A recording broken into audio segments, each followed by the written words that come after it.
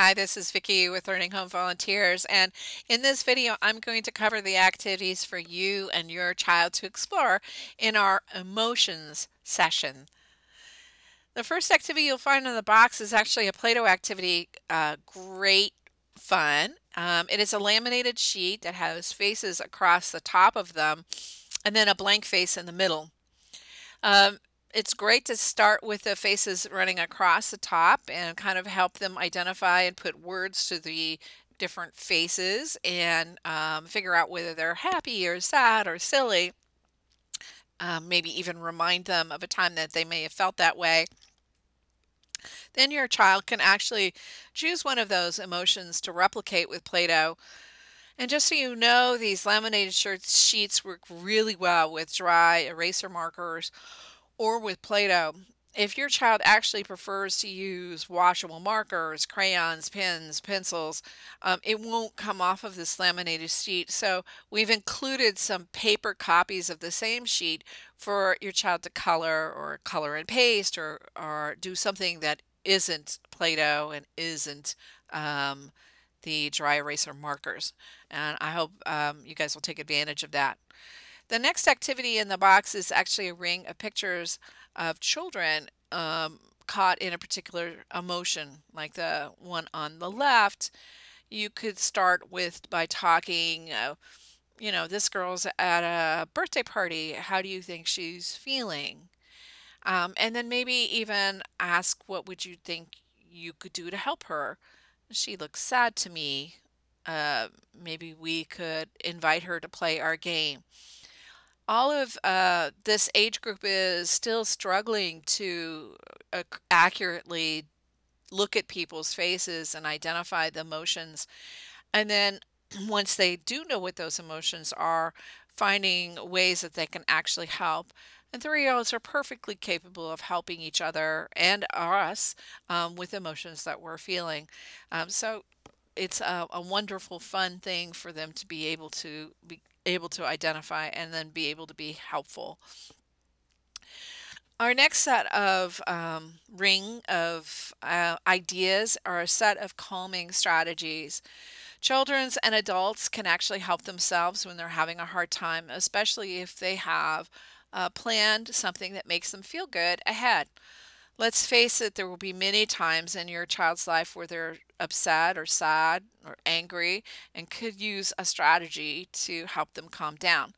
So these set of coping cards, which provide lots of ideas for you to help yourself or help your child calm down. The trick to using these cards is actually to talk through them and let the child to choose 2 or 3 ideas which they think would help them calm down if they were really upset. Maybe it will be finding a quiet place, or maybe it will be playing with Play-Doh. So when you talk about it, bring up a time that they may have been having a hard issue. Remember when we were at Joe's birthday party and you didn't get to go first on the swing and you got upset and couldn't calm down.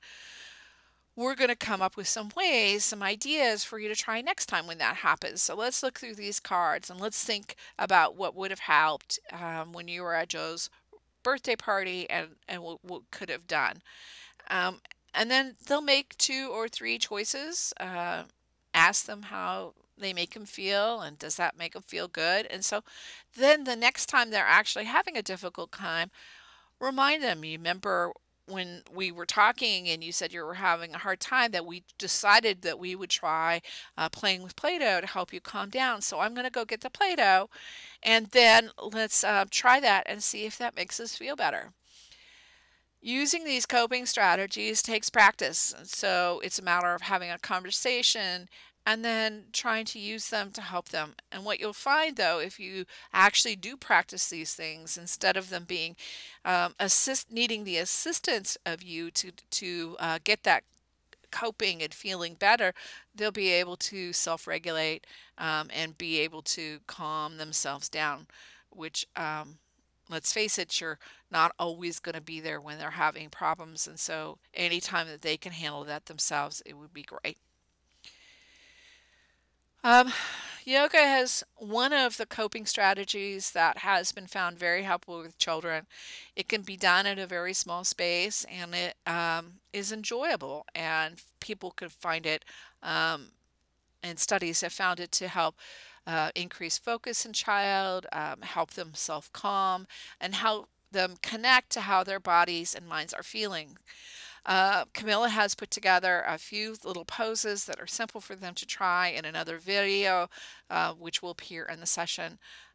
Check it out. Try it out for yourself. See if it makes you feel more in touch with your body and in touch with their bodies and their emotions about how they're feeling. Um, Maybe we can add yoga to your daily practice at home. Um, Also in your box, you'll find some breathing card ideas. Relaxing breathing is something that's being used in schools quite a bit these days to provide a break during stressful times. They have provided through the cards a number of ideas that give some different ways of thinking about breathing. The two that I found that were easiest to do with children is elephant breathing and bubble breathing. And Camilla is going to be doing a demonstration video of that with the children as part of the activities that come up in the week. I just happened to catch Camilla at a very stressful time in her life, and she was able to practice the breathing to help her calm herself down. I'm sure the children will enjoy it.